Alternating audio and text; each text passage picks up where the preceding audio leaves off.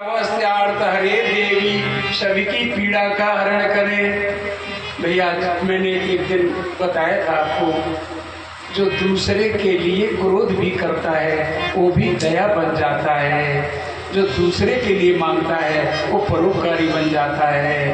परोपकार उसी कहते हैं जो दूसरे के लिए करता है, अपने लिए करता है। कहा गया है बांट खाए बरकत आप खाए हरकत। जो अपने लिए करता है तो हरकत करता है, दूसरे के लिए करता है तो बरकत करता है। ऐसा भाव देवी के व्रत। तो अब बताओ, अच्छा आपके लिए ऐसा कोई समाज के कल्याण के लिए आपसे निवेदन करे तो अपने लिए कुछ न कहे तो आप भी कहोगे अब ठीक है तुमने समाज के लिए कही, बहुत अच्छी बात, जितना बनेगा मैं सहयोग करने को तैयार। मैया प्रसन्न हो गई। जैसे मैया प्रसन्न हुई, देखो लोग कहते हैं, लोग क्या कहने लगते हैं कि हमारे ऊपर मैया आ रही है। विश्वेश्वरी तुम परिपास विश्वम विश्वात्मिका धार्यसी विश्वेश वंद्या भवती भवती विश्वेश्रियाये तुई भक्ति नम्रा। हम तुम्हारे इस विशेष रूप को देखने की हमें क्षमता नहीं है। भैया देवी कहेंगे उनके रूप को नहीं देख पाते। उन्होंने विनय किया है, विनय किए। अगर तो तुम मुझसे प्रसन्न हो, देवी प्रसीद पर पाले नोर भीतर नित्यम यथा सुरवधा सुराग नहीं वो पापान सर्व जगतान प्रसंस नयासु उत्पात पाक जनोत महोपसर्गम। हमें ऐसा दर्शन दे, हम पापी हैं, मैंने कभी कोई पुण्य कार्य नहीं किया है, आपका दर्शन तो हो जाए। इतना सरल रूप दिखाना। और जैसी मैया प्रकट भई, जो मारने वाले थे अचेत हो गए। कई मैया की शक्ति प्रत्येक प्राणी देख नहीं सकता है। अब ध्यान रखना, कोई कहते हमारे पर मैया आती हो मुंह हेरा तो समझ लेना मैया को देख नहीं सकता। आए कहाँ से मर जाएगा तो आ जाए।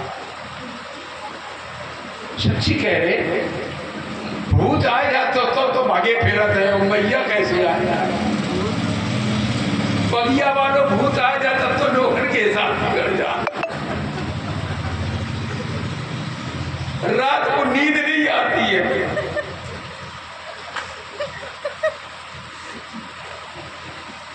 और मैया के आने की, अब यहां पर देखिए, माँ ने जैसी दर्शन दिया,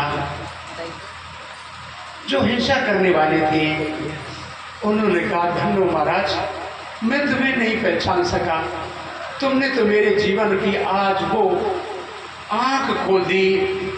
हिंसा वृत्ति करने वाला तुमने मुझे भगवती का दर्शन करा दिया।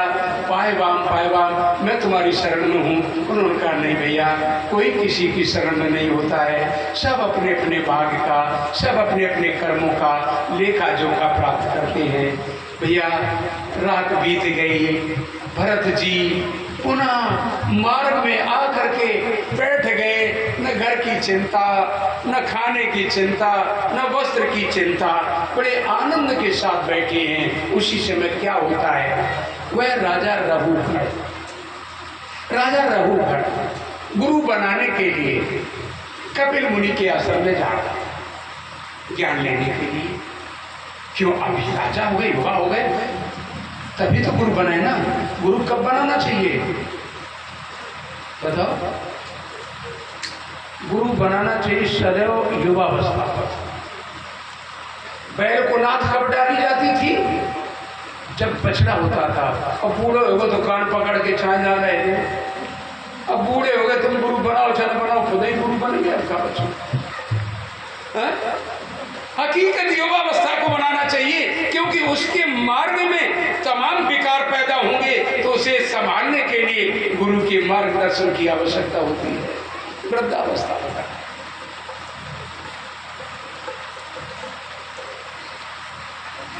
गुरु कितने होते हैं?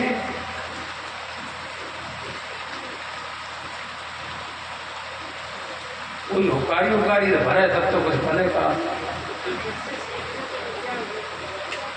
नहीं, गिनती है। वैसे दत्तात्रेय ने 24 गुरु बनाए थे, लेकिन हकीकत में केवल 6 गुरु होते हैं। सुन लो कौन कौन से होते हैं, बताते हैं तुमको। प्रथम गुरु माँ होती है, जो अपने पिता का परिचय कराते हैं।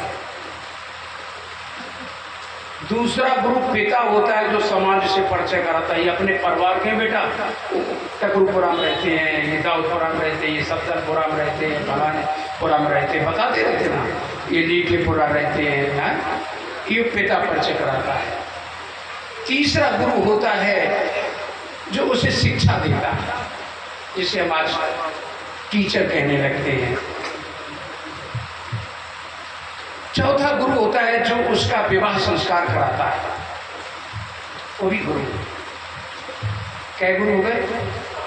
पांचवा गुरु होता है, जब वो कहीं, अब जैसे कोई प्लेन चलाना सिखाता है, कोई 30 कार्बन चलाना सिखाता है, मैग्नेट चलाना सिखाता है, ये भी उस्ताद कहे जाते हैं।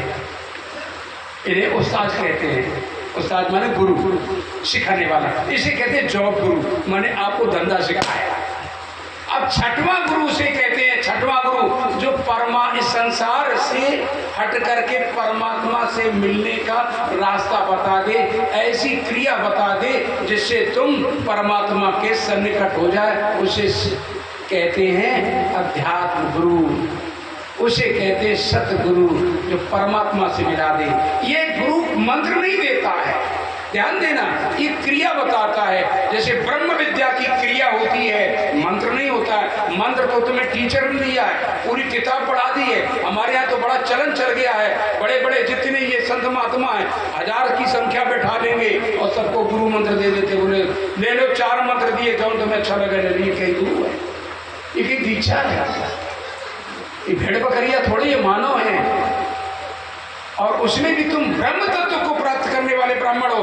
ब्रह्म जाना सुब्राह्मणा, तुम ब्रह्म के तत्व को जानो। लिखा है रामचरितमानस में, साधन धाम मोक्ष कर द्वारा, और यह करई सुपरलोक सुधारा।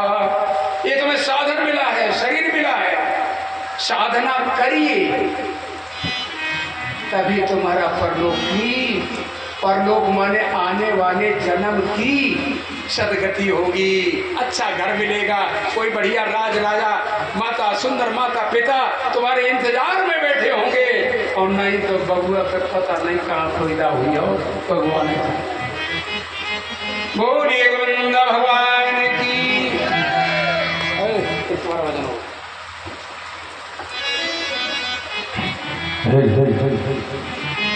लीजिए मेरा समझ प्यारी कभी चलो। बोलिए बांके बिहारी लाल की। कि तुझे देख के